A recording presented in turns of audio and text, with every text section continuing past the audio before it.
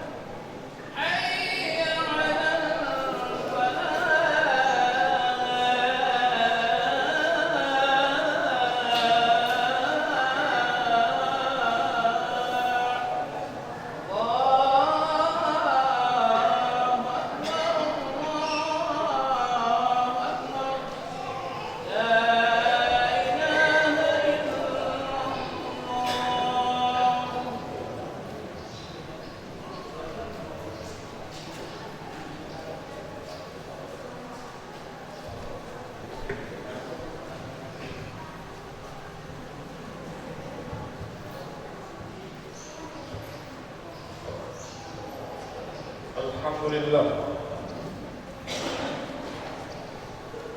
Alhamdulillahil azim jalal al-kathiri nawal al-mabsut bil wujudi karamahu wa idlal. Asyhadu an la ilaha illallah wahdahu la syarika lah. Wa asyhadu anna sayyidana wa nabiyyana Muhammadan abduhu wa rasuluh. Allahumma salli wa sallim wa barik wa karrim wa azim ala sayyidina Muhammad khaliluhu wa habibuhu salatan wa salaman ala jami' ashabihi wa qarabatihi wa azwajihi wa dhurriyyatihi ila yaumi ba'thihi amma ba'd. Masyarul muslimin jamaah Jumat rahimahumullah. Sebagai seorang hamba yang beriman, tiada kata yang paling pantas untuk mengawali ucapan ini melainkan kata syukur yang menolong kehadirat Allah Subhanahu wa taala. Di mana saat ini kita masih dalam keadaan sehat walafiat, bisa bersama-sama di tempat yang amat mulia ini untuk melaksanakan salah satu kewajiban kita yang bersama berjumpa. Salawat dan taslim senantiasa kita hadiahkan kepada Nabi kita, pemberi syafaat buat kita semua, baginda kita Muhammad sallallahu alaihi wasallam. Masyarul muslimin, jamaah Jumat rahimahullah. Di dalam Al-Qur'an pada surah Asy-Syu'ara, Allah Subhanahu wa taala berfirman, "Yauma la yanfa'u malun wa la banun illa man atallaha biqalbin salim." Hari di mana tidak bermanfaat harta yang dimiliki oleh seorang, termasuk anak turunan setelah kematian maksudnya, atallaha biqalbin salim, kecuali orang yang datang dengan hati yang bersih dari Allah. Ayat ini para hadirin tidak bisa hanya dipahami secara harfiah, apa yang diterjemahkan oleh Kementerian Agama kita. Tetapi kalau kita mau mendalami arti sesungguhnya, maka perlu kita membaca uraian penafsiran apa yang diuraikan oleh ulama-ulama tafsir. Disebutkan dalam ayat ini bahwa harta setelah kematian seseorang atau nanti di yaumul qiyamah la yanfa'u malun wala banun, harta dan anak keturunan tidak memberikan manfaat. Padahal dengan harta seseorang bisa beramal saleh. Bahkan Allah sebutkan di dalam Al-Quran, di dalam surah wa anfiqu mimma razaqnakum min qabli an ya'tiya ahadakumul maut. Nafkahkanlah harta yang rizki yang telah kami berikan kepada kalian sebelum datang kematian salah seorang yang terhamba. Ulama-ulama tafsir menyebutkan, kenapa cuma sedekah yang disebutkan dalam ayat ini, tidak disebutkan sholat, tidak disebutkan puasa, tidak disebutkan dia berhaji, tapi cuma sedekah yang disebutkan. Mutawalli Syarawi, seorang pakar tafsir, menyebutkan saking besarnya pahala sedekah, harta yang dia belanjakan di jalan Allah, yang dikeluarkan di jalan Allah, itu lebih mulia daripada yang lain-lain. Sehingga ketika dia sakaratul maut atau setelah kematiannya diperlihatkan oleh Allah semua amal kebajikan yang dia pernah lakukan, maka dia melihat yang lebih utama, yang lebih besar pahalanya itu adalah sedekah, harta yang dia keluarkan di jalan Allah, sehingga dia mau dikembalikan oleh Allah. Laula akhartani ila ajalin qarib fa asaddaqta wa akun minas shalihin. Ya Allah, tangguhkan ajalku, kembalikan saya agar aku bisa bersedekah, mengeluarkan sebagian harta yang aku miliki. Itu di akhir. Seperti itu orang penyesalan yang luar biasa. Kenapa disebutkan cuma sedekah? Karena saking besarnya sedekahnya. Tetapi dalam ayat ini berhadirin, layan kumalun wala banun, tidak bermanfaat harta termasuk keturunan yang ini. Orang punya harta bisa beramal saleh. Orang yang punya anak keturunan yang dididik dengan agama, dengan pendidikan yang cukup, maka dia juga akan memperoleh amal saleh yaumul qiyamah. Tetapi di dalam ayat ini disebutkan la yanfa'u malun wala banun. Setelah kematian nanti seseorang tidak bermanfaat hartanya, anak keturunan yang dimiliki juga tidak memberikan manfaat. Illa man atallaha biqalbin salim, kecuali orang yang datang dengan hati yang bersih di hadapan Allah. Apa makna ini Pak Hadirin? Apa menurut pendapat ulama-ulama tafsir? Kenapa disebutkan tidak bermanfaat hartanya, tidak bermanfaat anak keturunan? Ulama-ulama kita memberikan upaya. Seseorang yang memperoleh qalbun salim, memperoleh kemuliaan, dia bisa datang dengan hati yang bersih. Artinya bukan cuma hati yang bersih, seluruh jiwanya, totalitasnya bersih. Ketika dia berjumpa dengan Allah setelah kematian atau nanti di yaumul qiyamah.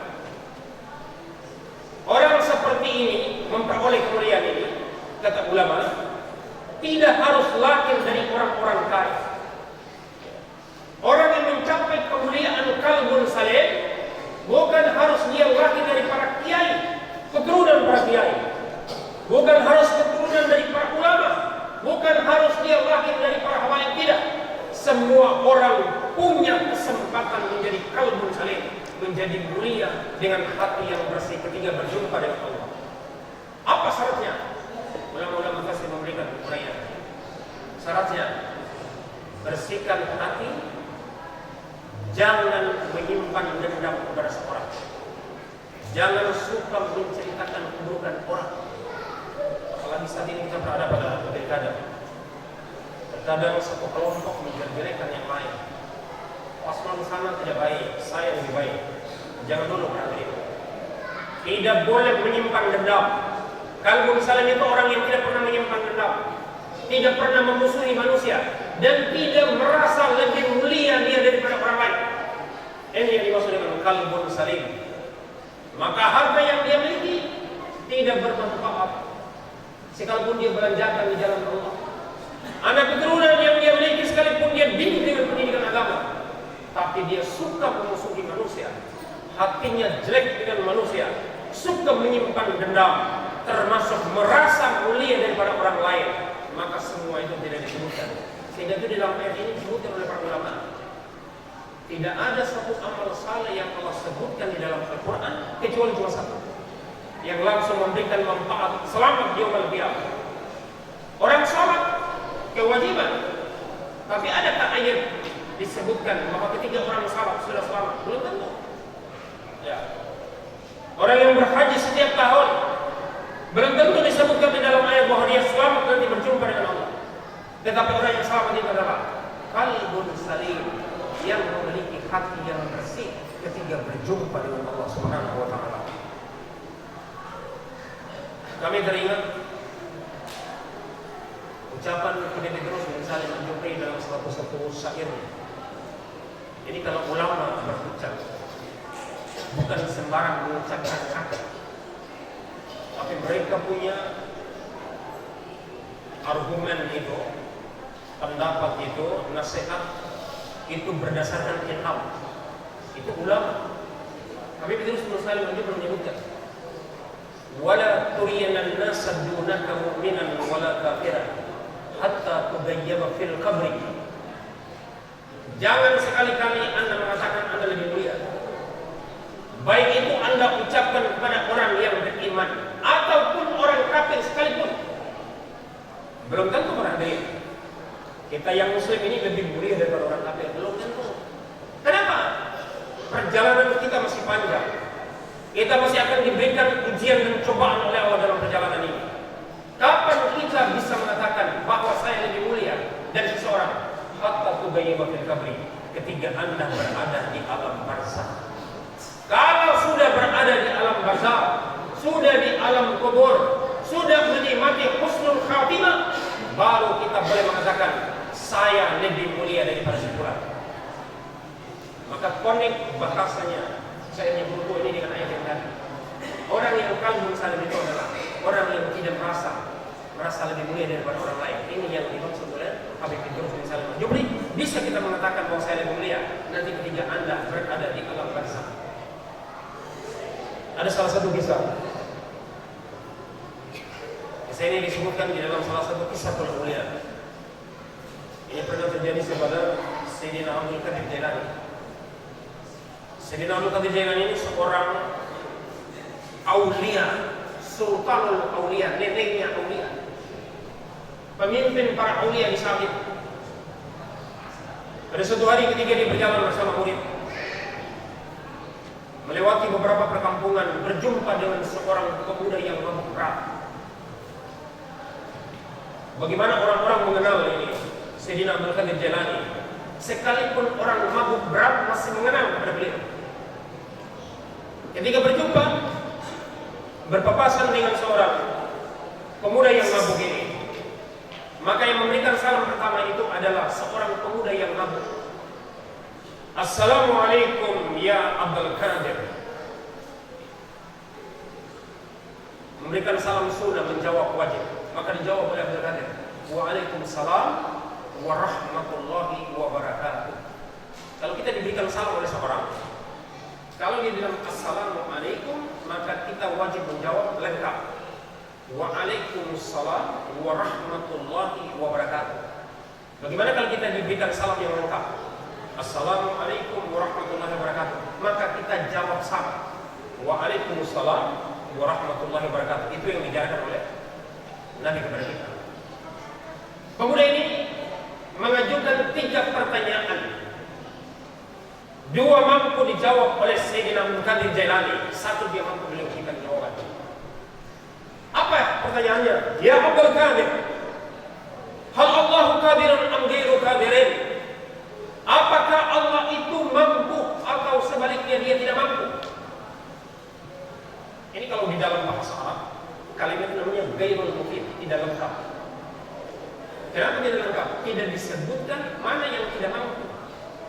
Saya berikan contoh misalnya, Muhammadun akala atau akala Muhammad. Muhammad itu makan, tidak diletakkan dia makan apa, tidak sempurna kalimatnya. Harus diletakkan Muhammad makan nasi, itu baru namanya mufid, kalimatnya sempurna. Hal Allahu qadirun am ghairu qadirin? Apakah Allah itu mampu atau dia tidak mampu? Murid-murid ini tidak mampu memahami apa yang ditanyakan oleh seorang pemuda yang mampu ini. Karena Abdul Qadir seorang sultan aulia, seorang aulia, ulama alim memahami apa yang ditanyakan. Maka dia memberikan jawaban, Allahu qadirun. Allah itu maha mampu. Ditanya dengan pertanyaan yang kedua, sama dia punya pertanyaan, tapi konteks jawabannya berbeda. Ya Abdul Qadir, hal Allahu qadirun am ghairu qadirin? Apakah Allah itu mampu atau sebaliknya dia tidak mampu? Juga murid-murid tidak paham. Yang memahami ini Abdul Qadir Jailani, maka dia berikan jawaban, Allahu qadirun, Allah maha mampu. Pertanyaan yang ketiga dia tidak mampu berikan jawaban. Ya Abdul Qadir, hal Allahu qadirun am ghairu qadirin? Apakah Allah itu mampu atau sebaliknya dia tidak mampu? Abdul Qadir jatuh tersungkur. Dia menangis sujud sama Allah. Dia paham apa yang ditanyakan oleh seorang pemuda ini. Dia bermunajat sama Allah agar hatinya dilindungi oleh Allah Subhanahu wa taala. Fa'akrimuhu, maka dia mengatakan kepada murid-murid itu, muliakan seorang pemuda yang mampu ini. Berikan dia makanan, ganti pakaiannya.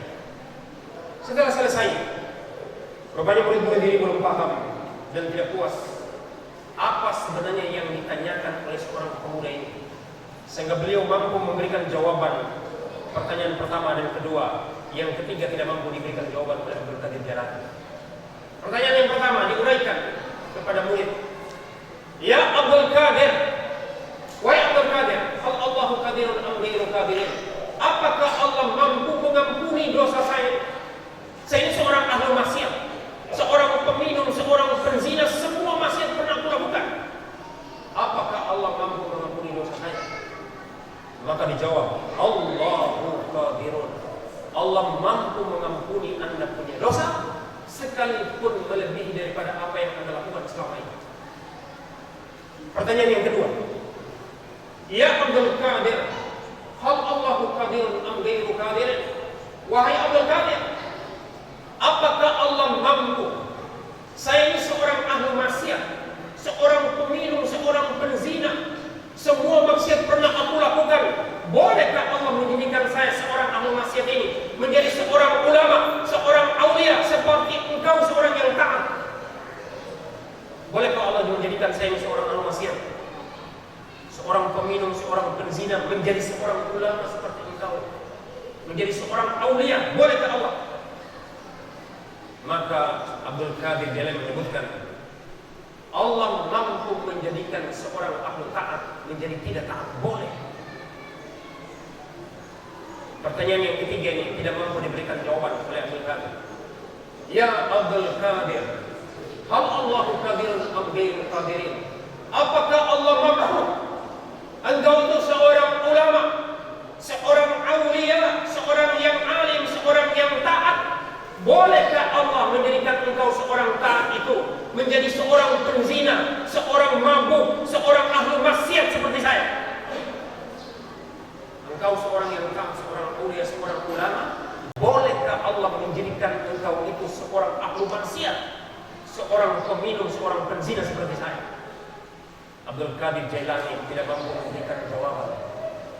Beliau jatuh tersungkur menangis, sujud sama Allah, minta permohonan kepada Allah agar hatinya dilindungi. Coba kita lihat barangkali kapasitas seperti Abdul Qadir, seorang aulia, seorang ulama, belum mampu memberikan jaminan nanti di akhir hayatnya dia bisa selamat. Belum tentu. Perjalanan kita masih panjang.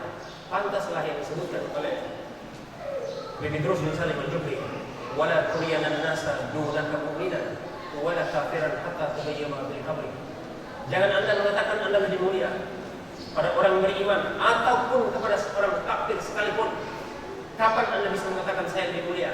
Ketika Anda nanti sudah di alam barzakh. Anda sudah menikmati, Anda punya nasib di sana, baru Anda mengatakan saya lebih mulia. Untuk itu para hadirin jamaah yang rahmati Allah, kalau kita melihat seorang yang ahli maksiat, maka kita bisa memberikan dia nasihat, pandangan-pandangan, tapi bisa jangan menjelek-jelekan orang, pada orang yang melakukan kesalahan.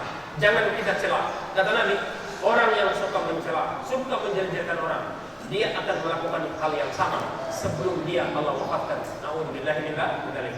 Untuk itu, marilah kita selalu menjaga diri, menjaga hati kita, iman kita. Jangan sampai kita terpengaruh dengan kehidupan ini. Kehidupan ini hanya sementara.